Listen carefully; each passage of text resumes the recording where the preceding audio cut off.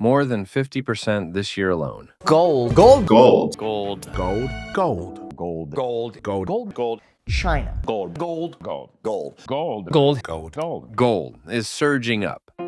That inert yellow relic of confidence. This isn't a market, it's a warning. The USA's dollar empire is facing a structural fracture in the global economy. For a century, the financial world has orbited the USA and its dollar-backed empire. Now, that structure is being aggressively challenged. The counter-move is led by China, whose central bank has reported 11 consecutive months of gold purchases, strategically accelerating de-dollarization. The question is historical. Are we witnessing the predictable rise and fall? This educational deep dive connects the geo-economic nexus of finance, history, and technology.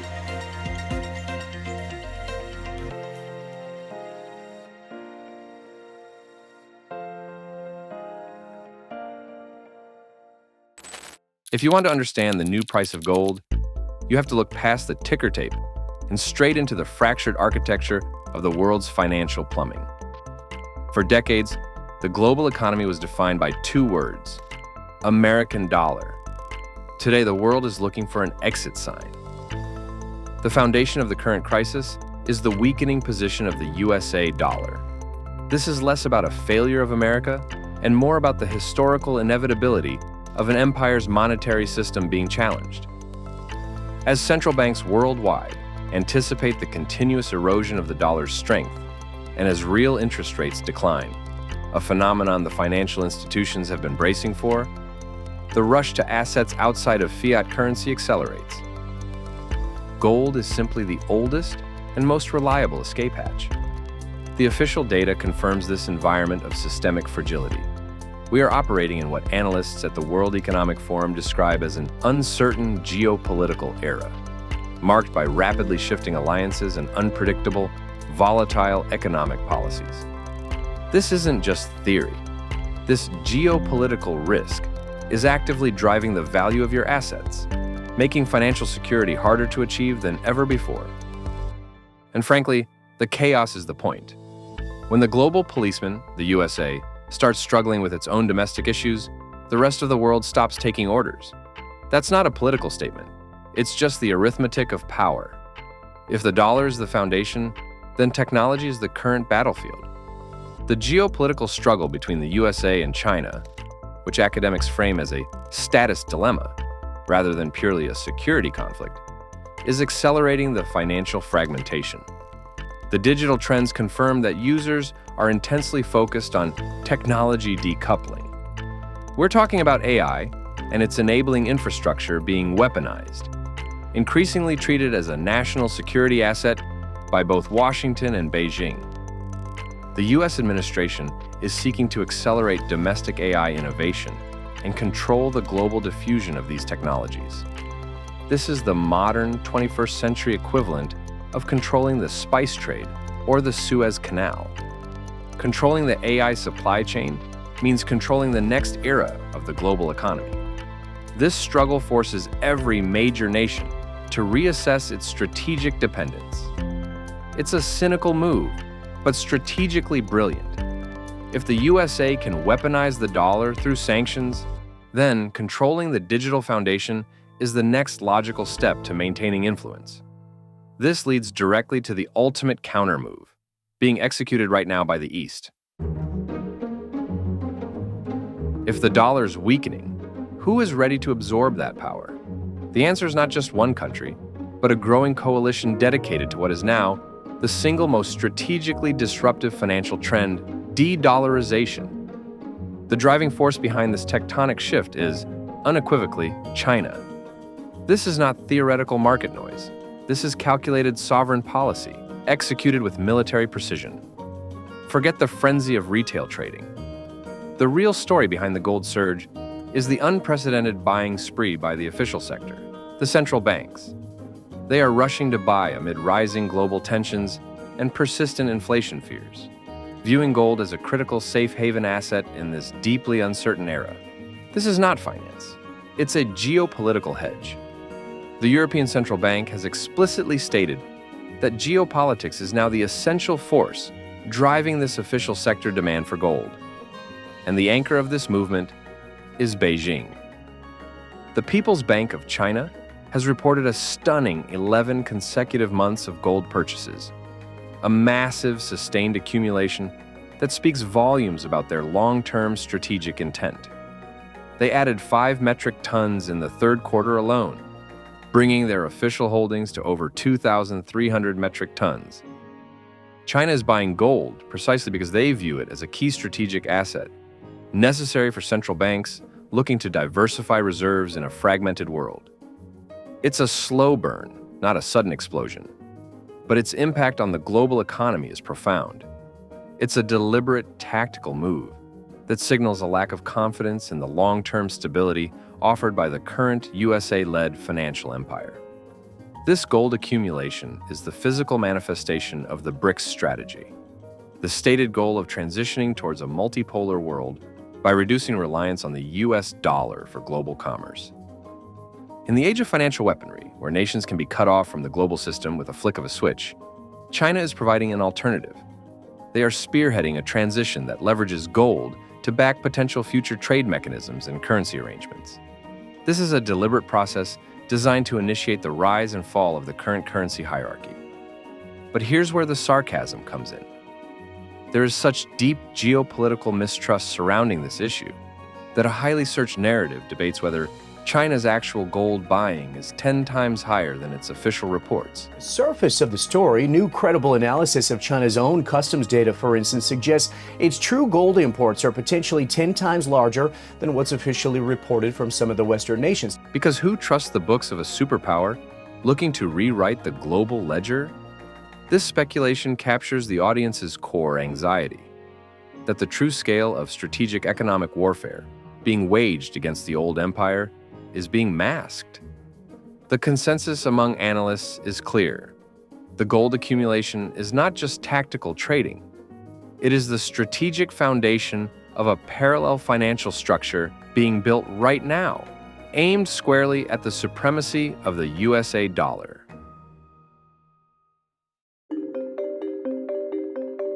To truly grasp the significance of China's gold strategy, we must turn to history. Because the current geopolitical tension between Washington and Beijing is not a unique phenomenon. It is a recurring chapter in the grand, violent, and predictable story of the rise and fall of great empires. Every dominant global power eventually faces a status dilemma, a moment when the rising challenger closes the gap in economic influence, forcing the established power to react defensively. This dynamic is playing out now. While the USA still maintains predominant global leadership, China is actively narrowing that economic gap and strengthening its role as a regional anchor, creating friction that defines the entire global economy. The historical pattern is clear. The decline of a major empire is always preceded by two things: a loss of control over its currency's reserve status and a systemic fracturing of its alliances. The gold rush we are seeing today is simply a modern vote of no confidence in the longevity of the status quo. It's nations hedging their bets against the inevitable, taking lessons from the fall of the British pound or the end of the Roman mint. And this historical anxiety, this fear of a systemic break, translates directly into your search behavior. You, the viewer, might be searching for two things that seem contradictory, yet are functionally linked: information on the rise and fall of the current world order and practical steps for personal security.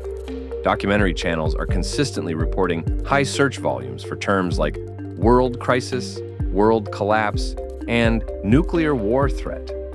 There is a massive engaged audience consuming content on survival prepping and bunker life. Why? Because when someone is worried about systemic collapse, whether real or perceived, they logically look for the most reliable forms of stability. The psychological journey from searching how to build a bunker to searching how to buy gold is one single continuous emotional pipeline. The financial safe haven becomes the tangible solution to the political fear. That connection is the strategic heart of this entire narrative. So, You have nations dumping treasuries for gold, and ordinary citizens worried about the lights staying on. It's either the worst collective case of paranoia in history, or maybe, just maybe, the world is catching on to the historical blueprint that the empire is looking a little tired. This cyclical process of global reordering, driven by economic necessity and strategic competition, leads us inevitably to the modern domain of power: technology.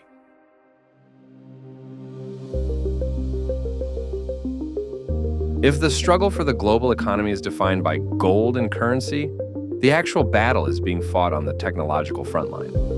This is the domain where the USA and China are vying for the future, not just the present. The highest stakes contest today centers entirely on artificial intelligence. The tension between Washington and Beijing is not limited to trade tariffs.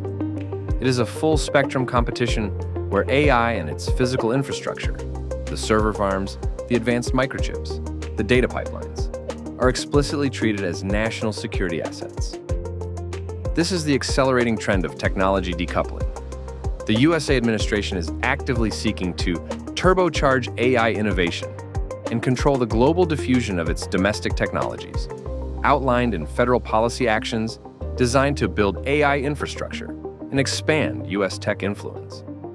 China naturally responds in kind. This is the ultimate evolution of the empire debate. Who controls the technology that dictates productivity, military dominance, and future wealth? The nation that wins the AI race will hold the blueprint for the next financial world order. But this technological progress has triggered a second crisis that is reshaping online content: the collapse of digital trust. AI in 2025 has forced humanity into its biggest identity crisis since the dawn of civilization. The question is no longer what machines can do, but what makes us irreplaceably human when automation can replicate everything else. We were promised flying cars, and instead, we got deepfakes so good, you can't tell if the cat video you're watching is real. This trust crisis is real. Major tech firms pledged to implement tamper-proof digital markers, C2PA standard, to signal AI-generated content.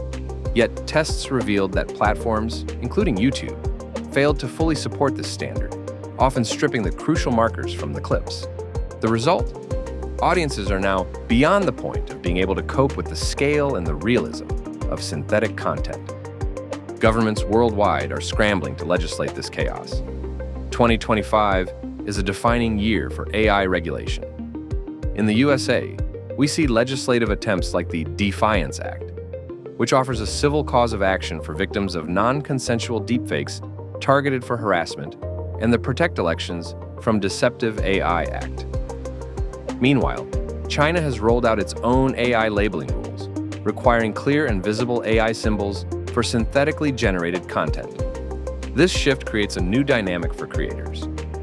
Content that offers guaranteed authenticity, labeled as verified human or showcasing human expertise, will become the premium, high-value asset in the future digital economy. This is the ultimate lesson of the tech frontier. Authenticity is the final safe haven.